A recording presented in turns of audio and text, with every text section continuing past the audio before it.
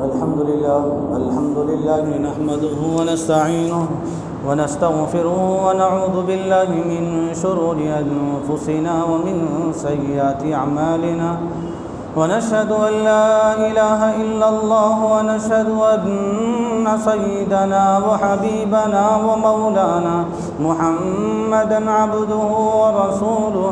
قال الله تبارك وتعالى في القرآن العظيم: فأعوذ بالله من الشيطان الرجيم. بسم الله الرحمن الرحيم. هو الله الذي لا إله إلا هو الملك القدوس السلام المؤمن المهيمن العزيز الجبار المتكبر. سبحان الله عما يشركون. هو الله الخالق البارئ المصور له الأسماء الحسنى يسبح له ما في السماوات والأرض وهو العزيز الحكيم. صدق الله العظيم. اللهم صل على محمد وعلى آل محمد وبارك وسلم. اللهم صل على محمد وعلى آل محمد وبارك وسلم. اللهم صل على محمد وعلى آل محمد وبارك وسلم. رب اشرح لي صدري ويسر لي أمري واحلل عقدة من لساني يفقه قولي.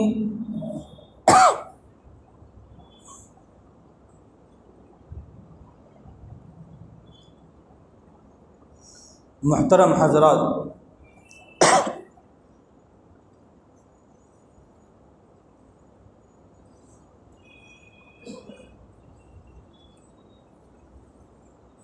اللہ تبارک و تعالی کے ناموں میں سے ایک نام الخالق اور اسی طریقے سے دوسرا نام ہے الباری.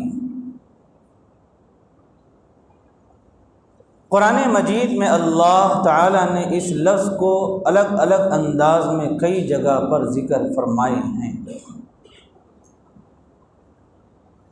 جیسے میں نے آپ کے سامنے آیتیں تلاوت کی، اس میں بھی اللہ تعالی نے فرمایا خالق، اور دوسرا لفظ ہے باری.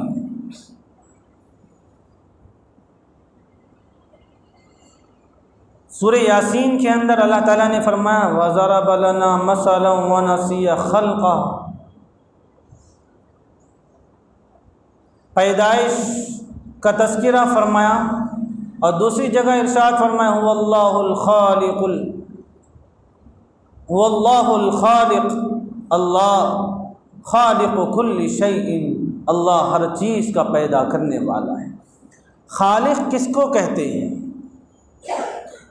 خالق کہتے ہیں وہ ذات جو کسی چیز کو پیدا کرے تو بغیر نمونے کے پیدا کرے، یعنی اس کے سامنے کوئی مثال نہ ہو، کوئی تصویر نہ ہو، کوئی چیز نہ ہو، بلکہ کوئی میٹیریل بھی نہ ہو. بغیر میٹیریل کے پیدا کرنے والی ذات کو خالق کہتے ہیں. اگر یہ کوئی کہے کہ میں کسی چیز ان چیزوں کا پیدا کرنے والا ہوں، اس کا کریٹر ہوں، میں اس کا خالق ہوں، تو یہ نہیں ہو سکتا ہے. اسی لیے کہ کوئی چیز انسان بغیر نمونے کے نہیں بنا سکتا، بغیر میٹیریل کے نہیں بنا سکتا. لیکن خالق وہ ایک کائنات کی ایک ذات ہے جس کو ہم خالق کہتے ہیں. وہ ایک خالق ہے جو بغیر نمونے کے، بغیر میٹیریل کے پیدا کرتا ہے. یہ بات کو میں نے اس سے پہلے بھی بتلائی تھی. بات میں اشارہ کر کر چلا جاؤں گا کہ وَضَرَبَ لَنَا مَثَلًا وَنَسِيَ خَلْقَهُ عاص بن وائل نے آقا سیدنا محمد رسول اللہ صلی اللہ علیہ وسلم سے سوال کیا تھا بڑے مجمع میں، اے محمد دوبارہ پیدا کرنے کے بارے میں تم بڑے دعوے کرتے ہو، بات یہ دوبارہ پیدا کرنے کی بات کی ہے، یہ میں قبرستان سے ایک بوسیدہ ہڈی لے کر آیا ہوں، محمد اس بوسیدہ ہڈی کو جو میرے ہاتھ میں چکنا چور ہو رہی ہے اس کو بتلا دو کہ تمہارا رب کیسے پیدا کرے گا۔ اللہ تعالیٰ نے اس کو دو ہی الفاظ میں فرما دیا، وَضَرَبَ لَنَا مَثَلًا وَنَسِيَ خَلْقَهُ، ارے مرنے کے بعد دوبارہ پیدا کرنے کے بارے میں میرے پیغمبر محمد رسول اللہ صلی اللہ علیہ وسلم سے پوچھ رہا ہے، وہ مرنے کے بعد دوبارہ اٹھائے جانے کی بات کی چیز ہے، تیری پیدائش کو تو نے بھول گیا کہ تیری ماں کے پیٹ میں ہم نے تو پیدا کیا تو تیرے جسم میں ہڈیاں آئی، وہ مضبوط ہڈیاں، تیری ماں نے وہ میٹیریل کا استعمال نہیں کیا، تیرے جسم کے اندر وہ بال پیدا ہوئے، تیری ماں نے کوئی ربر اور کوئی چیز ایسے نہیں استعمال کی جس کی وجہ سے تیرے جسم کے اندر کالے بال پیدا ہو گئے، تیری ماں نے کوئی پلاسٹک کے میٹیریل کو استعمال نہیں کیا کہ جس کی وجہ سے تیرے جسم کے اندر پلاسٹک کی طرح ناخن پیدا ہو گئے، ہم تو بغیر میٹیریل کے پیدا کرنے والی ذات۔ وَضَرَبَ لَنَا مَثَلًا وَنَسِيَ خَلْقَهُ، خالق وہ کہتے ہیں، اس ذات کو کہتے ہیں جو بغیر میٹیریل کے پیدا کرنے والی ذات ہو، مخلوق اس کو کہتے ہیں جس کو کسی نے بنایا ہو، پیدا کیا، اور ہم خالق یعنی رب کے پیدا کردہ ہیں، ہمیں بنایا گیا، پیدا کیا گیا۔ دنیا کے اندر پوری کائنات کے اندر جو چیزیں ہمیں نظر آ رہی ہیں اس کی پیدا کرنے والی ذات ایک ہے، وہ اللہ ہے۔ دہریے قسم کے لوگ، کچھ وہ لوگ ہوتے ہیں جو کہتے ہیں جس کو کہتے ہیں یعنی آج کے زمانے میں تو یہ لوگ کم ہو گئے، جس کو کمیونسٹ کے لوگ کہا جاتا ہے، یہ دوسرے کچھ علاقوں میں پائے جاتے ہیں اور باہر ملکوں میں کمیونسٹ ذہن کے لوگ بہت ہوتے ہیں۔ وہ لوگ کہتے ہیں کہ دنیا کو کوئی پیدا کرنے والا نہیں ہے، دنیا خود پیدا ہوگی۔ اگر دنیا کو پیدا کرنے والی ذات نہیں ہے تو پھر اے انسان جو تو پیدا ہوا، دنیا کے جس چیز کو تو استعمال کر رہا ہے، چاہے جس کرسی پر تو بیٹھا ہے اس کرسی کو پیدا کرنے والا کوئی نہیں ہے، کرسی خود بخود پیدا ہو گئی ہے۔ کیا بتلایا جائے کہ زمین جس گھر کے اندر تو موجود ہے، کیا وہ گھر خود بخود پیدا ہو گیا، بن گیا ہے؟ یا کوئی ایسا کپڑا جو تیرے جسم پر لباس بن کر رہ رہا ہے، کیا وہ لباس خود بن گیا ہے، خود پیدا ہو گیا ہے؟ نہیں، اس کا کوئی نہ کوئی بنانے والا ہے، کوئی نہ کوئی ذریعہ بننے والا ہے۔ اسی طرح اس کائنات کا پیدا کرنے والا اللہ ہے۔ یہ واقعہ میں نے اس سے پہلے بھی بات سمجھایا تھا، بتلایا تھا، امام ابو حنیفہ رحمۃ اللہ علیہ کا واقعہ کہ ایک مرتبہ مناظرہ یعنی ایک ڈیبیٹ ہوا تھا۔ اس زمانے میں کچھ لوگ کا کہنا تھا بادشاہ کے سامنے کہ بادشاہ سلامت، دنیا خود پیدا ہو گئی، کوئی بنانے والا نہیں ہے۔ امام ابو حنیفہ کا کہنا تھا کہ نہیں بلکہ ایک رب ہے، ایک ذات ہے جس نے اس دنیا کو پیدا کیا، دنیا خود بخود پیدا نہیں ہو سکتی۔ لہٰذا بادشاہ کے سامنے مناظرہ ڈیبیٹ رکھا گیا کہ اب بادشاہ کو بتلانا تھا کہ اب دنیا کو کوئی بنایا ہے۔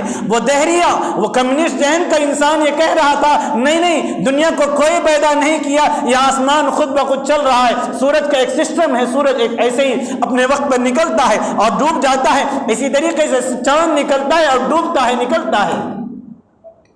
اب اس کو سمجھانا تھا کہ کس طریقے سے سمجھایا جائے۔ امام ابو حنیفہ رحمۃ اللہ علیہ نے کہا کہ ٹھیک ہے میں سمجھا دوں گا، ایک وقت طے کیا جائے، پورے علاقے کے لوگوں کو جمع کیا جائے۔ لہٰذا جب دن طے کیا گیا، لوگوں کو جمع ہونے کے لیے وقت دیا گیا، وقت آ گیا، بادشاہ سلامت موجود ہے، اس کے وزراء موجود ہیں، وہ اس کے فوج موجود ہیں اور پورا علاقہ موجود ہے، لیکن جس موقع پر رکھا گیا وہ کمیونسٹ ذہن کا آدمی آدمی تو آ گیا، لیکن امام ابو حنیفہ رحمۃ اللہ علیہ وہ وقت پر نہیں پہنچے۔ 1 گھنٹہ 2 گھنٹے وقت گزرتا رہا، لوگ کہنے لگے ہاں مسلمان ہارنے لگا اسی لیے ڈر کر نہیں آیا ہے۔ امام ابو حنیفہ کے تعلق سے مسلمان بھی سوچنے لگے آخر کیا ہوگا، اب تو ہمارے رب کے بارے میں سوال ہو گیا، ہمارے رب کے بارے میں جب یہ نہیں بتلایا جائے گا تو یہی سمجھ میں آئے گا کہ دنیا خود بخود پیدا ہو گئی۔ مسلمانوں کے ذہنوں میں یہ ذہن میں بات آنے لگی شاید کہ کچھ نہ کچھ دال میں کالا ہے، اسی لیے ہمارے امام ابو حنیفہ نہیں پہنچ رہے ہیں۔ لوگ کہنے لگے دیکھو تمہارا مسلمان آدمی جو دعویٰ کر رہا تھا وقت پر نہیں پہنچ رہا ہے، اس کا مطلب یہ ہے کہ وہ جواب نہیں دے سکتا ہے، تم مسلمان سچے نہیں ہیں، تمہارے اندر یہ جواب دینے کی سکت نہیں۔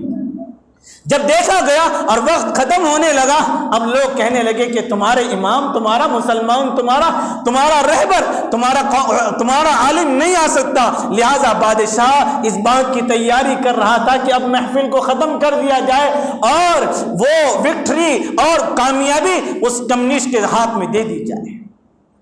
ایسے ہی چرچے چل رہے تھے، اچانک امام ابو حنیفہ رحمۃ اللہ علیہ دربار میں قدم رکھتے ہیں، لوگ ہنسنے لگتے ہیں، اوہو ڈر کر نہیں آئے ہو، ڈر کر سہم کر نہیں آئے ہو اس لیے کہ جواب نہیں دے سکتے۔ انہوں نے کہا کہ بات ایسی نہیں ہے، میں آ رہا تھا، وقت سے پہلے نکل گیا تھا، بلکہ 1 دن پہلے نکل گیا تھا آنے کے لیے، لیکن آنے میں تاخیر ہو گئی۔ بادشاہ نے کہا کہ جب وقت طے کر دیا گیا تھا، اتنے لوگوں کا وقت لیا گیا تو تم حاضر ہونے میں کیوں طے کر دیے ہو؟ انہوں نے کہا کہ بادشاہ سلامت میں 1 دن پہلے نکل گیا، وقت سے پہلے آنے کی تیاری کر لیا، لیکن پھر ایک مجبوری آ گئی، بہت بڑی مجبوری آ گئی۔ بادشاہ نے کہا کہ وہ ایسی کون سی مجبوری تھی، یہاں تو اسلام اور دوسرے مذہب کا مسئلہ تھا۔ انہوں نے کہا کہ بادشاہ سلامت جس چیز کے لیے آ رہا تھا وہی مجبوری پڑ گئی۔ بات اصل میں یہ ہوئی کہ میں جس راستے سے آ رہا تھا درمیان میں ایک نالا، وہ ایک دریا، ایک تالاب تھا، اس تالاب کو پار کرنا تھا، تالاب کو پار کرنے کے لیے وہاں کشتی موجود نہیں۔ میں دیکھتا رہا کہ کیسے ہوگا، تو میں نے سوچا کہ مجھے پار کرنا ہے، تو میں دیکھتا ہوں کہ ایک تالاب کے قریب میں اچانک ایک درخت اگتا ہے اور بڑا ہونے لگتا ہے اور آہستہ آہستہ اس پر شاخیں آنے لگی، اس پر پتے لگنے لگے۔ میں حیران ہوا کہ یہ کیا ہو رہا ہے، اچانک ایک جھاڑ اٹھ رہا ہے اور شاخیں بڑھ رہی ہیں اور ساتھ ہی ساتھ اس پر پھل اور پھول آ رہے ہیں۔ تو میں سمجھا کہ کوئی یہ کیا عجیب سا نمونہ ہو رہا ہے۔ میں نے تھوڑی دیر دیکھتا رہا تو اچانک یہ ہوا کہ خود بخود درخت کٹ گیا اور درخت کی شاخیں کٹنے لگی اور پھر وہ درخت کے تختے بننے لگے۔ میں حیران ہوا کہ آخر یہ کیا ہو رہا ہے۔ پھر میں نے دیکھا کہ وہ تھوڑی دیر کے اندر وہ تختے جو جھاڑ سے کٹی ہوئی ہو گئی خود بخود کٹ گئی، پھر ایک کنارے پر ایک دوسرے سے جڑنے لگی۔ میں دیکھتا رہا کہ یہ کیا واقعہ پیش آ رہا ہے، تو اچانک دیکھا کہ وہ کشتی بن گئی۔ پھر میں دیکھتا رہا کہ کشتی بن گئی، اوہو یہ تو میرے کام کی چیز ہے، مجھے تو کشتی پر سوار ہونا ہے۔ لیکن میں دیکھا کہ کشتی تو میں یہاں ہوں، دریا درمیان میں ہے اور کشتی وہاں ہے، میں کیسے جا سکتا ہوں؟ تو اچانک دیکھا کہ پھر وہ کشتی خود بخود ہلنے لگی، پانی میں گرنے لگی، پانی میں گر کر پھر میری طرف آنے لگی۔ میں سوچا کہ شاید یہ کرشمہ ہے، یہ کوئی اور چیز ہے، میری طرف کشتی آ رہی ہے۔ میں خوش ہوتا رہا اور لوگ کہنے امام ابو حنیفہ یہ واقعہ بیان کر رہے اور لوگ ہنس رہے، اوہ لوگوں تمہارا عالم پر پاگل ہو چکا ہے اور جواب نہیں دے سکتا ہے، اسی لیے پاگل باتیں کر رہا ہے۔ یہ آپ اپنے آپ کو تھام کر بتلا رہے ہیں۔ کشتی میرے پاس آئی، میں کشتی میں بیٹھا اور کشتی میں بیٹھ کر خود بخود ملاح بھی نہیں، کشتی کا چلانے والا نہیں، کوئی کیپٹن نہیں، بس کشتی خود بخود چل رہی ہے۔ میں دیکھتا رہا کہ کیا ہو رہا ہے کہ کشتی کہیں دوسری طرف نہ لے جائے، لیکن بادشاہ سلامت ایسا نہیں ہوا، کشتی خود بخود اسی طرف آنے لگی۔ میں خوش ہوتا رہا اور کشتی آ کر کنارے لگ گئی اور پھر میں اتر گیا، اسی لیے دیر ہو گئی۔ لوگ ہنسنے لگے تو انہوں نے کہا کہ آخر کیوں ہنس رہے ہو؟ تو اس کمنش ذہن کا آدمی نے کہا کہ بادشاہ سلامت یہ جواب نہیں دے سکتا، اس لیے پاگل باتیں کر رہا ہے۔ تو انہوں نے کہا کہ میں کیا پاگل ہو گیا ہوں، واقعہ جو پیش آیا وہ بتلا رہا ہوں۔ تو اس نے کہا کہ بادشاہ سلامت ایک کشتی خود بخود بن سکتی ہے، یہ کیسی پاگل باتیں کر رہے ہیں، کشتی خود بخود چلی ہے اور بن کر آ گئی ہے، جھاڑ اڑ گیا ہے۔ تو امام ابو حنیفہ نے کہا کہ ہاں میں یہی جواب دینا چاہتا تھا، ارے وہ انسان جب ایک درخت ایک جھاڑ خود بخود نہیں اگ سکتا ہے، ایک کشتی خود بخود نہیں بن سکتی ہے، ایک کشتی خود بخود نہیں چل سکتی ہے، تو اس دنیا کا نظام کیسے چل پائے گا؟ یہ دنیا کیسے بن جائے گی؟ یہ دنیا کو کسی بنانے والے نے بنایا ہے۔ ایک کشتی، معمولی کشتی کو تم نہیں چلا سکتے ہیں بغیر ملاح کے، بغیر کیپٹن کے، تو پھر اس دنیا کو پیدا کرنے والا بھی ایک کوئی رب ہے، ایک خالق ہے، وہ کوئی کریٹر ہے، وہ ہے ہمارا اللہ۔ میرے بھائیوں، بتلانا یہ ہے اللہ خالق ہے، اللہ پیدا کرنے والے، کوئی پیدا کرنے والا نہیں۔ ہمیں اس بات پر مجبور ہونا پڑتا ہے، ہم اپنی نسل کو پیدا نہیں کر سکتے، ہم اپنے بچوں کو پیدا نہیں کر سکتے، ہم اپنی اولاد کو پیدا کرنے پر قدرت نہیں رکھتے، تو پھر ہم کیسے؟ یہ جب وہ کوئی ذات ہے جو اس پیدا کرنے والی ذات ہے، وہ کائنات کی ذات، وہ صرف اور صرف اللہ۔ انسان دنیا کے اندر ایک نہیں، دو دو، تین تین، چار چار، پانچ پانچ شادیاں ایک کے بعد ایک کر لے، اس نیت سے کہ مجھے ایک بچہ پیدا ہو جائے، ایک لڑکا پیدا ہو جائے، نہیں ہو سکتا جب تک کہ رب نہ چاہے۔ وہی پیدا کرنے والا ہے، کوئی اور پیدا نہیں کر سکتا، وہی دینے والا ہے، کوئی اور نہیں دے سکتا۔ وہ خالق ہے، وہ پیدا کرنے والا، وہ دنیا کو پیدا کیا ہے، یہ تھمے ہوئے آسمان کو تمہارے لیے پیدا کیا ہے، یہ بچھی ہوئی زمین کو ہمارے لیے پیدا کیا ہے، یہ قمقموں کی طرح ستاروں کو ہمارے لیے رب نے پیدا کیا ہے۔ یہ کس رب نے پیدا کیا؟ وہی ایک اللہ نے پیدا کیا۔ کیسے پیدا کیا انسان؟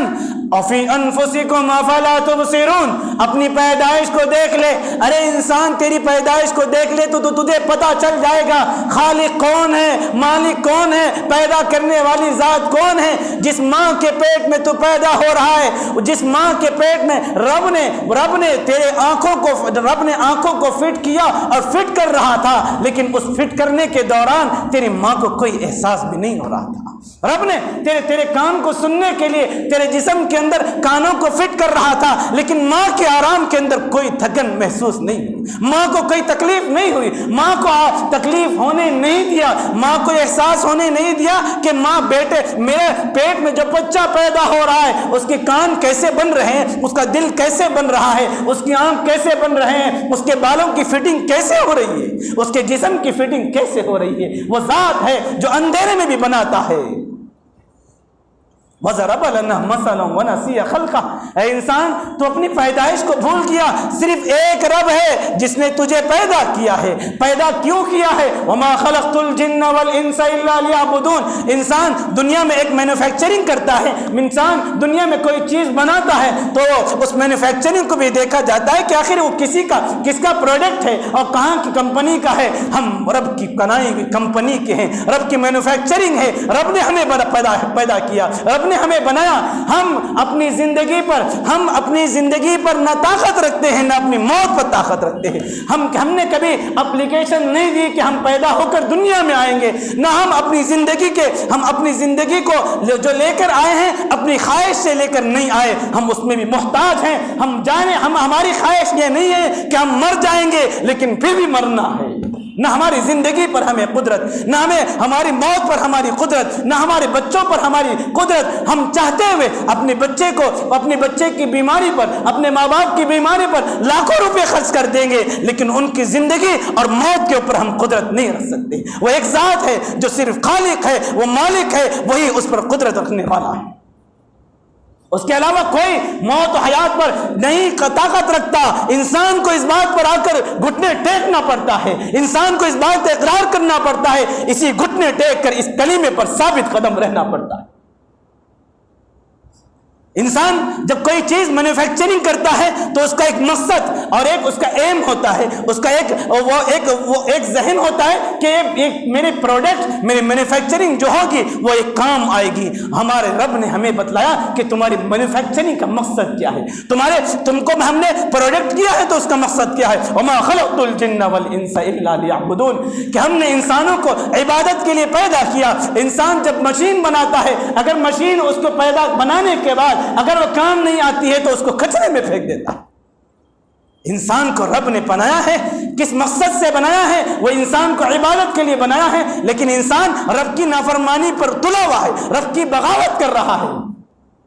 آج انسان یہ کہتا ہے کہ مرد آدمی ہو تو مرد آدمی یہ کہتا ہے کہ میری بیوی مجھے پریشان کرتی ہے، شوہر ہے تو بیوی سے پریشان، بیوی ہے تو شوہر سے پریشان، باپ ہے تو اولاد سے پریشان، اولاد باپ سے پریشان، دوست بچوں سے پریشان ہوں، لہذا میں اپنے دوستوں سے محبت رکھوں گا، دوستوں سے پریشانی، میں جس کو خوش کرنا چاہتا ہوں اسی سے میرے اوپر پریشانی آ جائے۔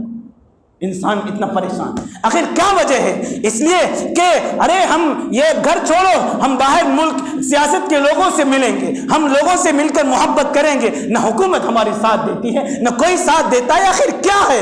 یہ اس لیے ہے کہ جہاں جہاں ہم لوگوں کو خوش کرنے کے لیے رب کو ناراض کرتے ہیں وہاں سے بے وفائی ہوتی ہے۔ آج ہم دعوت کرتے ہیں لوگ تاکہ رشتہ دار خوش ہو جائیں، لیکن نافرمانی خدا کی کرتے ہیں، رب کو ناراض کر کر رشتہ دار کو خوش کرنا چاہیں گے، رشتہ دار خوش نہیں ہوں گے، وہیں سے ہمیں بے وفائی مل جائے گی۔ آج ماں باپ کہتے ہیں ہم نے تو حرام نہیں کمایا، ہم نے تو کچھ نہیں کیا، لیکن ہماری اولاد ہمیں ستا رہی ہے۔ لیکن یاد رکھنا، اولاد کی محبت میں خدا کی نافرمانی کرو گے، اولاد سے تمہیں دھکے کھانا پڑے گا۔ اگر بیوی کو خوش کرنے کے لیے رب کو ناراض کرتے ہو تو بیوی سے بے وفائی مل کر رہے گی۔ لوگوں، یہ عدلے بدلے کی دنیا ہے، اس میں ضرور بدلہ مل کر رہے گا۔ بیوی کو خوش کرنے کے لیے، بیوی کی چاہت میں اگر انسان اپنے رب کی کوئی نافرمانی کرتا ہے، ضرور بیوی سے اس کو دھکا کھانا پڑے گا۔ اولاد کی محبت میں اولاد کے لیے خدا کی نافرمانی کرنے کے لیے وہ سسٹمز اور چیزیں تیار کراتا ہے، بنا کر لا کر دیتا ہے۔ رب بتلا کر رہے گا، اس کی زندگی میں یہ بچے اس کی بے وفائی کر کے رہیں گے، ہو سکا تو بڑھاپے میں اس کو گھر سے باہر نکال کر دکھلائے۔ خدا کی نافرمانی سے بچنے کی ضرورت ہے۔ حکومتیں بدلنے سے کچھ نہیں ہوگا، اعمال کے بدلنے سے سب کچھ ہے۔ بڑے بڑے مال جمع کرنے سے کچھ نہیں ہوگا، حرام کے مال کے جمع کرنے سے خطرناک ہوگا۔ حرام کے جمع کرنے سے اگر ہماری شکلیں نہیں بدلیں گی تو نسلیں تو بدل جائیں گی۔ لوگوں، آج اب یہ وقت آ رہا ہے، ووٹنگ کا، لٹیرے پیدا ہوتے ہیں اپنے آپ کو لیڈر کہنے والے۔ لوگوں، میں کسی سے نہیں ڈرتا، مجھے کھل کر کہنے کی دیجئے، میں یہ نہیں کہ مجھے کسی پیسے والے کی کوئی ڈر خوف نہیں، کسی لیڈر کا ڈر خوف نہیں۔ میں کہتا ہوں رب کعبہ کی قسم، یہ لٹیرے ہیں، مسلمانوں کے پیسے کھا کر اپنے آپ کو لیڈر کہنے والے، کچھ کڑک کپڑے پہن کر لیڈر نہیں گیدڑ بن کر وہ مال لوٹتے ہیں اور لوگوں کا نقصان کرتے ہیں۔ آپ جائیے غیروں کے بستیوں میں جائیے، آپ غیروں کے علاقوں میں جائیے جہاں وہ کام اپنے طور پر کراتے ہیں، لیکن مسلمانوں کے اپنے لیڈر کھڑے ہو کر یہ کہتے ہیں کہ ہم ان کے لیڈر ہیں اور پھر ان کا مال لوٹتے ہیں۔ جب ان سے کہا جاتا، ہم کسی لیڈر کو کہتے ہیں کہ ہمارا ایک کام کرائیں، ارے بابا کہاں سے کہاں آ رہے ہو، تم نے تو پیسے کھا کر تم نے ہمیں ووٹ دیا ہے۔ آج ہم کسی کی ترقی نہیں، ہمارے پیٹ میں حرام مال جائے۔ حرام کھانے والوں، پھر کہتا ہوں اگر تمہاری شکل دنیا میں نہیں بدلی تو کب تمہاری نسلیں تو بدل کر رہیں گی۔ یہ کیا ہے؟ حرام مال پر لوٹ کسوٹ۔ انسان یہ کہہ رہا ہے کہ رب کی مدد کیوں نہیں آ رہی ہے؟ نہیں آئے گی حرام مال کے ساتھ۔ تم افراد جمع کر لو، تم طاقت جمع کر لو، تم کچھ نہیں کر سکتے جب تک کہ رب کی نافرمانی سے قوم نہ بچے، قوم کی اصلاح نہ ہو تو پھر یہ حالات سدھرنے والے نہیں ہیں۔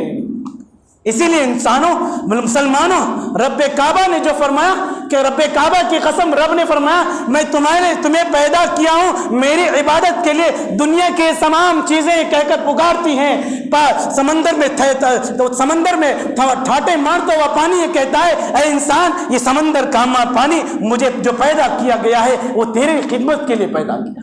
جانور پکار کر کہتے ہیں کہ ہم کو جو پیدا کیا گیا تمہاری خدمت کے لیے پیدا کیا ہے۔ رب نے بھی ہم پر کتنا کرم فرمایا کہ دنیا کی تمام چیزوں کو جو پیدا کیا ہے ان کی زبان کو ہی کھینچ لیا ہے، تاکہ انسان اپنی جیسی چاہت ہو ویسا اس کو استعمال کر لے۔ کہیں ایسا نہ ہو کہ انسان کو اس کو بیجا استعمال نہ کر لے تو کہیں عدالت میں کسی کوٹری میں کھڑے ہو کر انسان کے خلاف وہ عدالت میں یہ نہ کہے کہ مجھے غلط استعمال کر رہا ہے۔ رب نے تمام چیزیں پیدا کی، کس لیے پیدا کی؟ اس لیے پیدا کی کہ رب کی کھل کر نافرمانی کی جائے۔ یہ بات یاد رکھنے کی ہے، رب نے ہمیں پیدا کیا ہے تو اس پیدا کرنے والا رب یہ بتلاتا ہے، یہ کہتا ہے اے انسان جس کی محبت میں تو مجھے ناراض کرے گا اس سے دھکا کھا کر رہے۔ آپ دیکھ لیں دنیا کے، آپ اپنی زندگی کے اندر چٹول لیں، ایک انسان دعوت کرتا ہے، دعوت کرنے کے بعد یہ چاہتا ہے کہ میرے پورے رشتہ داروں کو میں خوش کر رکھوں۔